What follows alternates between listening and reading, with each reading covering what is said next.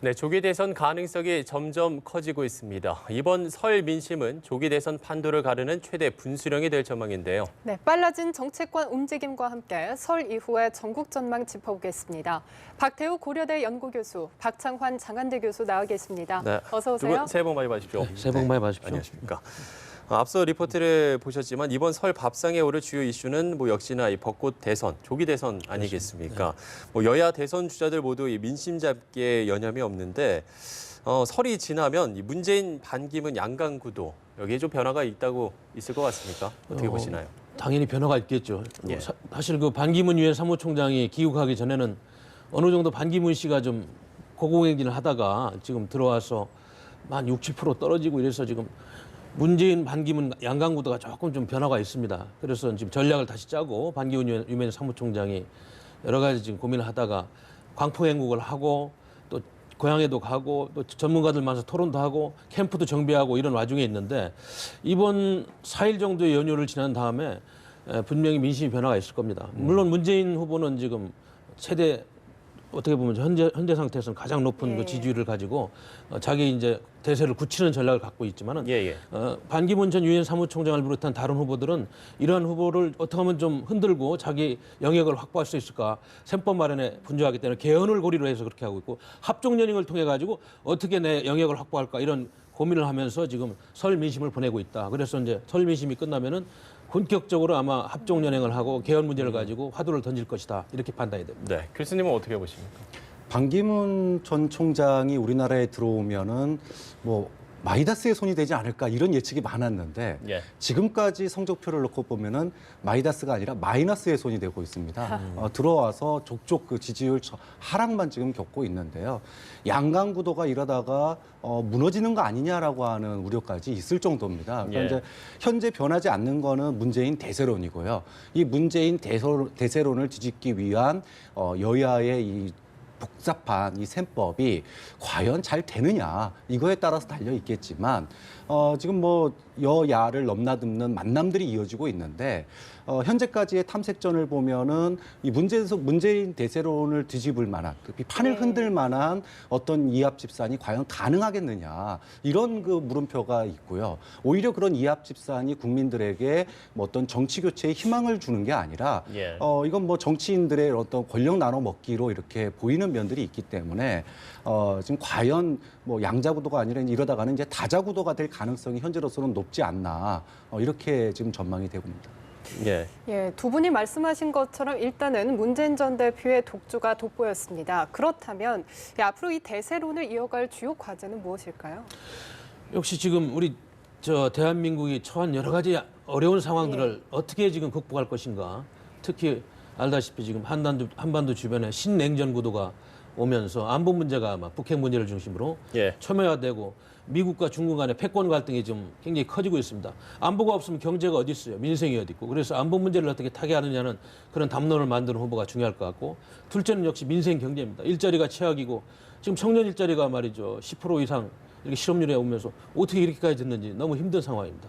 그리고 이제 이 탄핵을 놓고 과연 용인되느냐 각인되느냐에 따라서 여러 가지 다른 담론이 나올 수 있어요. 그래서 지금 헌재에서도 많은 고민을 하고 있는데 하여튼 변론 과정을 우리가 충분히 지켜보고 법리 논쟁을 충분히 한 다음에 정확하게 판결을 낸다면 여러 후보들이 아마 여기에 맞춰가지고 아까 말씀하신 대로 안보 문제, 경제 문제, 기타 대한민국을 어떻게 선진국으로 이끄느냐 이런 문제를 가지고 치열한 논쟁을 할 것이다. 저는 그렇게 생각합니다. 그런가 하면 박원순 시장이 대선 불출마를 선언하면서 그야말로 대선판이 좀 출렁이고 있는 것 같습니다. 누구에게 힘을 실어줄지 여러 관측들도 나오고 어떤 그 친문의 벽을 넘지 못했다 이런 이야기들도 나오고 있거든요. 어떻게 보세요? 이제 아까 이 소위 대권의 이제 변수와 맞물려 있는 문제인데요.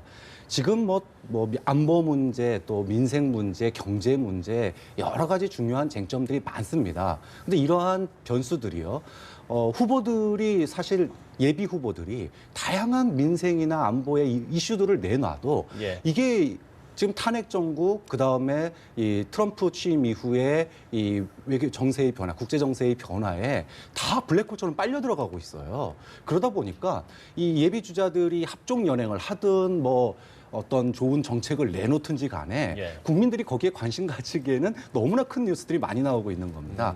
탄핵도 아직은 진행 중이죠. 당장 다음 주에 이제 박근혜 대통령에 대한 특검의 조사가 이루어질 겁니다. 예, 예. 그리고 3월 달까지는 이 탄핵에 대한 판결 여부에 따라 또 이제 여부에 집중을 할 것이고요. 그 사이에 트럼프의 무역 제재라든지 또 한반도 안보 문제라든지 여러 가지 외부의 변수들이 쏟아지고 있는 마당에 이 후보들의 합종 연행이나 또는 이제 그 중도 사퇴라든지 대선 불출마 이런 선언이라든가. 것들이 예. 국민들에게 얼마나 눈길을 끌어당길 것인가. 결국은 아까 이제 친문의 벽을 넘지 못했다라고 얘기를 했는데 친문의 벽을 넘지 못한 것은 박원순 시장의 능력이 부족해서가 아니라 예, 예. 지금의 이러한 그 문재인 대세론의 주변 환경들 국내의 탄핵과 외부의 트럼프 변수라고 하는 이런 환경을 넘어설 만한 집중을 받지 못하고 있기 때문에 지지율이 한계 속에서 무너진 거거든요. 예. 그렇다면은 앞으로 박원순 시장이 뭐 누구를 지지할지 모르겠습니다. 하지만 야권 내에서 이 정권 교체의 프레임 안에서 움직일 수밖에 없는 게 이게 뭐 민주당도 그렇고 심지어 국민의당조차도 정권 교체 프레임 안에서 움직일 수밖에 없는 거거든요.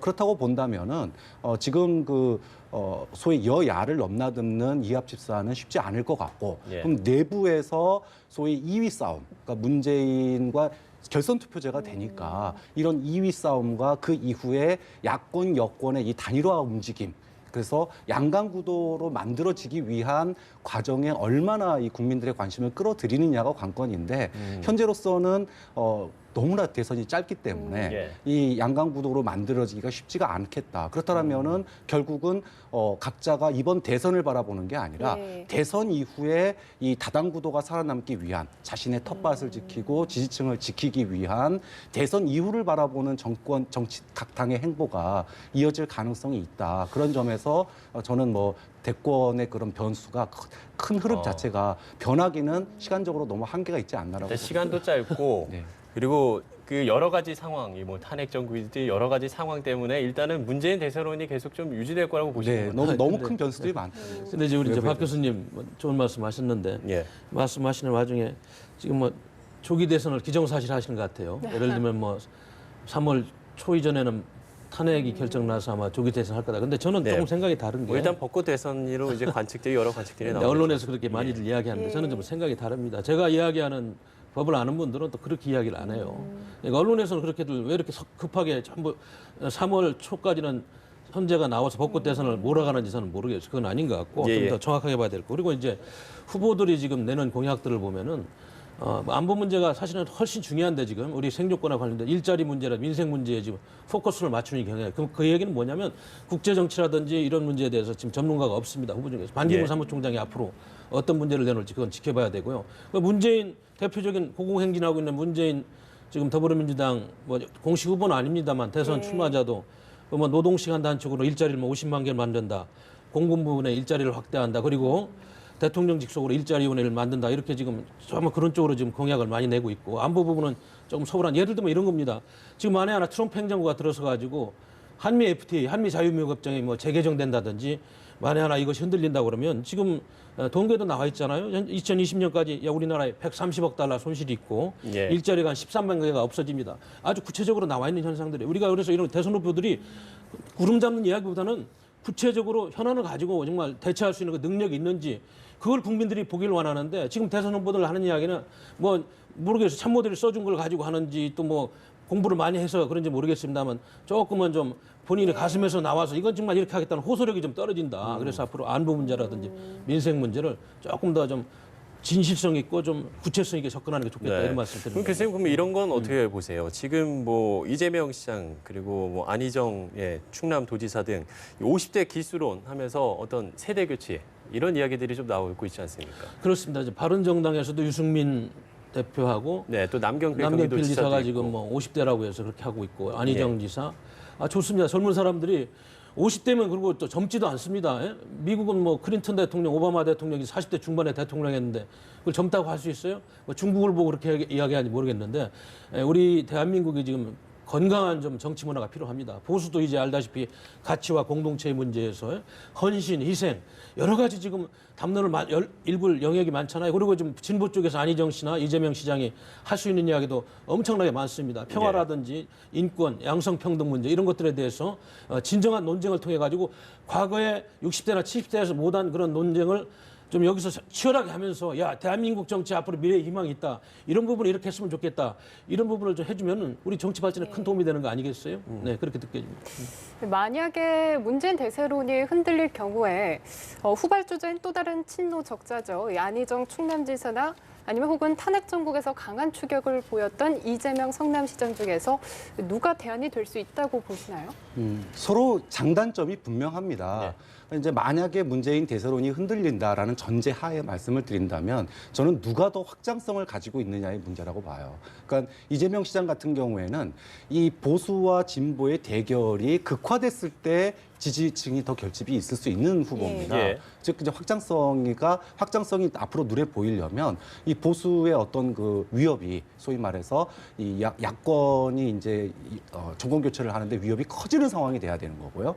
반대로 안희정 지사 같은 경우에는 이 충청이라는 지역적 기반도 그렇고 그리고 최근에 사드에 대한 입장도 그렇고 앞으로 이제 중도라든지 또 중도의 확장 가능성이 있는 후보죠. 그렇기 때문에 지금의 어떤 그 정권 교체를 바라는 야권 이 후보 야권의 어떤 지지층으로부터 이 소위 지금의 구도하에서는 두 분만 안희정 지사와 이재명 시장만 비교한다면 저는 안희정 지사가 확장성 면에서 더 그 가능성이 크기 때문에 만약에 두 분 중에 두 분의 경쟁이라면 저는 안희정 지사가 조금 더 확장성이 크고 그렇기 때문에 야권 지지층의 지지를 조금 더 많이 받을 가능성이 좀 더 있다고 봅니다. 네.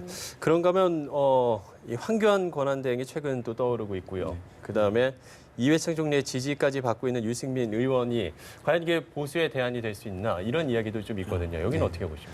두 분이 어디에 중점을 두느냐가 저는 중요하다고 봅니다. 그러니까 지금 여권의 분열이 사실 이제 그 문재인 대세론을 떠받들고 있는 또 하나의 축이거든요. 근데 과연 이 여권이 떠난 지 얼마 안 됐는데 다시 합쳐질 수 있겠느냐. 즉 여권 후보의 단일화가 가능하겠느냐라는 겁니다.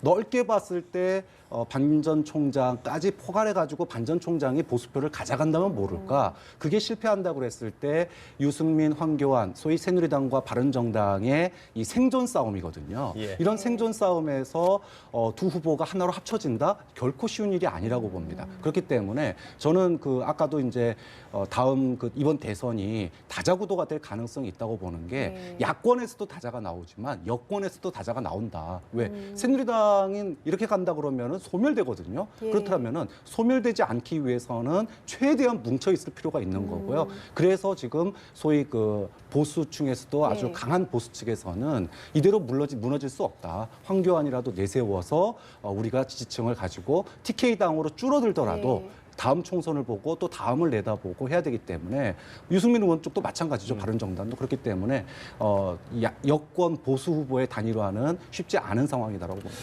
그런데 이제 보수의 위기라고 그러고 사실은 최순실 이 사건이 터지고 보수 정권이 이렇게 위기에 있다 보니까 보수 쪽에서 상당히 지금 방황하고 어떻게 보면 보수 표심들이 좀 가슴 아파하고 있는 상황입니다. 그러나 이제 우리가 여러 가지 한반도 정세를 보고 이럴 때 보수의 역할이 굉장히 중요하죠.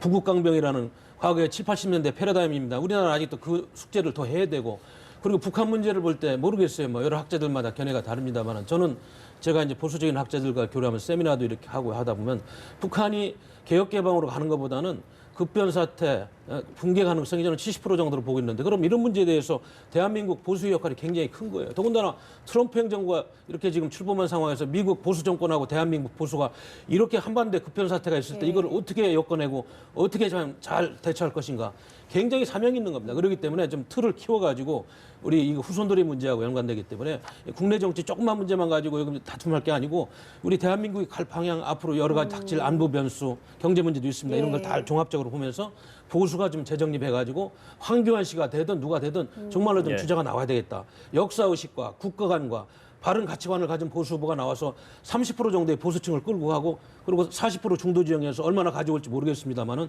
많이 가져와서 보수 정권을 연장하는 역할을 해야 되겠다. 저는 그렇게 생각합니다. 한편 반기문 전 총장과 손학규 의장이 회동을 가졌습니다. 개헌 필요성에는 동의를 했지만 이 정치적 연대를 놓고는 입장 차이를 보였거든요. 박지원 대표도 반 전 총장과의 연대는 선을 긋고 나섰고요. 그렇다면 여야를 아우르는 빅텐트론이 힘 빠지는 분위기인 것 같은데 어떻게 보세요? 네, 저는 빅텐트는 사실상 물 건너 갔다고 봅니다. 예.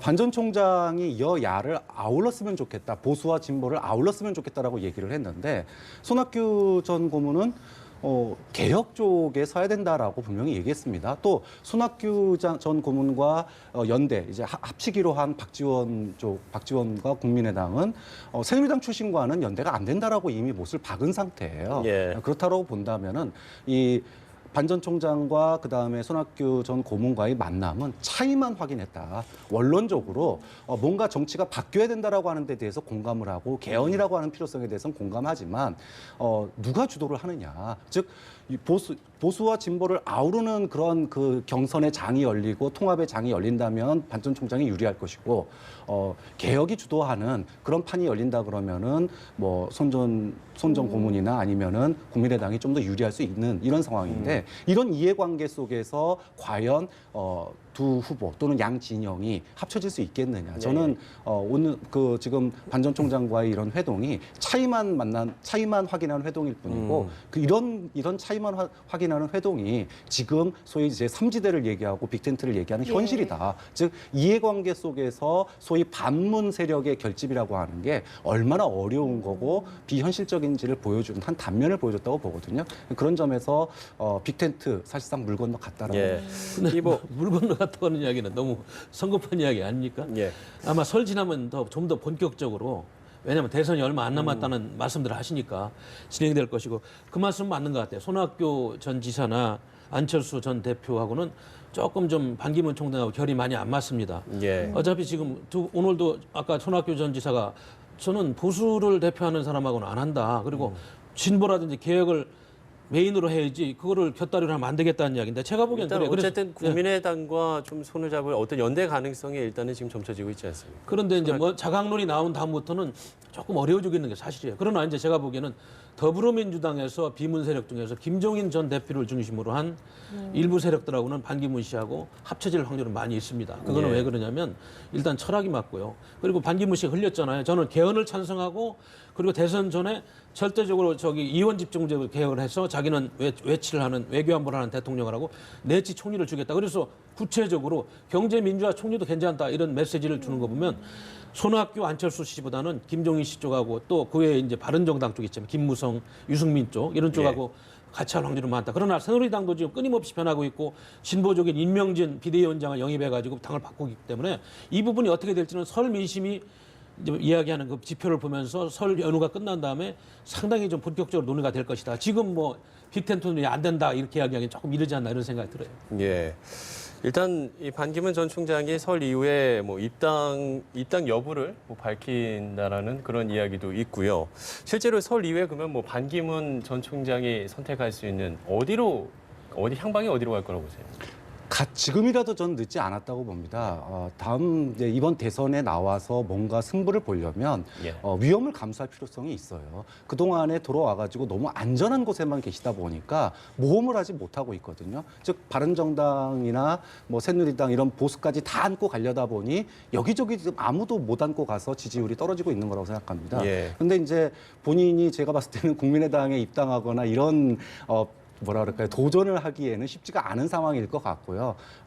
지금 현재로서는 보수와 진보를 아우를 수 있는, 그러니까 국민의당과의 제3지대를 하는 노력을 끝까지 하시긴 하겠지만 결국은 바른정당 내에서 이 경선을 벌이는 쪽으로 가지 않을 수 없다. 왜냐하면은 지금 황교안을 중심으로 해서 보수 세력이 뭉치고 있고 또 국민의당 내에서도 안철수 전 대표가 견제를 하고 있는 상황에서 이 제3지대가 만들어지기 쉽지 않은 상황이기 때문에 결국 갈 곳은 현재로서는 바른정당밖에 없지 않나 생각이 듭니다. 그렇다면 교수님은 어떻게 보세요?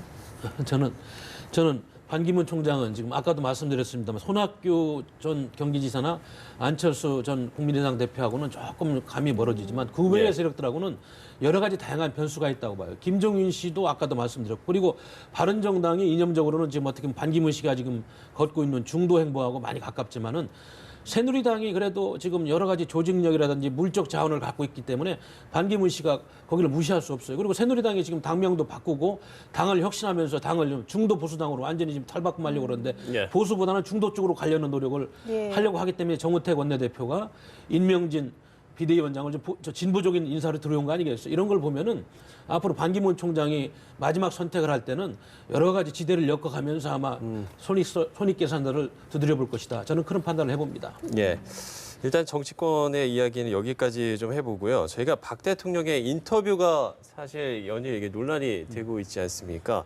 이 정규재 주필이 질문한 내용이나 뭐 이에 대한 박 대통령의 답변, 뭐 이런 대부분 어떤 이 소모와 명예와 관련된 사안으로 이게 핵심에는 비껴났다 이런 시각들이 있는데 어떻게 보셨어요? 언론 인터뷰라는 게 법정은 아니잖아요. 그래서 뭐 일목요연하게 검사들이 묻는 뭐 소추위원들이 묻는 거에 대해서 그걸 답하는 자리는 아니고 박근혜 대통령이 아마 그런 자리를 마련할 때는 지금 설 민심을 겨냥한 여론전을 하려고 한 걸 겁니다. 네, 그러다 딱 설 직전이었거든요. 그러다 보니까 아마 지난번에 최순실 씨도 뭐 헌재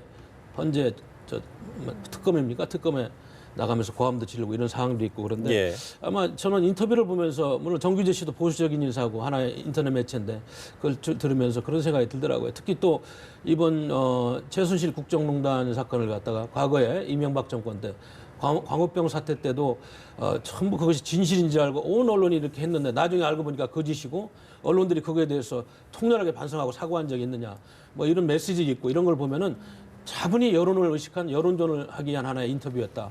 그러나 거기서 지금 뭐 정규재 씨도 그렇고 죄에 대해서 묻고 그런 자리는 아니지 않습니까? 뇌물죄가 어떻고 뭐 블랙리스트가 어떻고 그렇게 물을 만한 자리는 아니었다고 봅니다. 저는. 네. 예, 알겠습니다. 네, 두 분 이야기 여기까지 듣도록 하겠습니다. 네, 지금까지 박태우 고려대 연구교수 그리고 박창환 장한대 교수와 이야기 나눠봤습니다. 네, 두 분 말씀 고맙습니다.